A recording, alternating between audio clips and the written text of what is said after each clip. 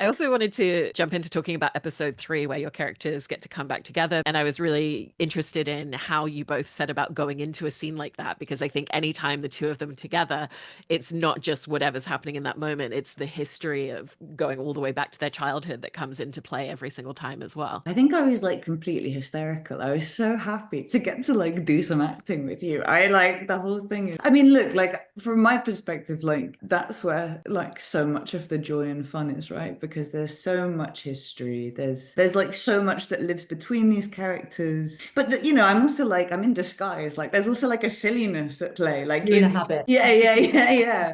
And I suppose that feels a bit Game of Thronesy to me, actually. Like, you know, these sort of delicious moments where characters collide and the context is doing so much of the work, and there's a sort of giddiness in the air just because of the chemistry, I suppose. I don't have anything really inspired to say about the acting. I just remember how, without even trying over the course of the scene, even though you've got a knife to my stomach, we just become bickering girls again, bickering childhood friends. And that's what I love about Rhaenyra and Alicent. No matter what, they come back to the center, which is them as girls who love each other and friends and each other's first love. And I find that the most delicious because, you know, aside from the big set that we're in and the fantastical world that we're in, it is just these two people who are so deeply wounded by each other.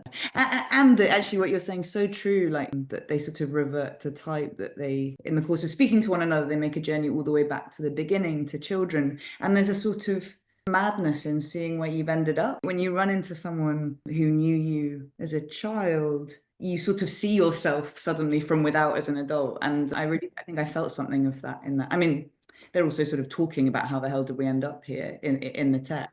And I felt that, I think.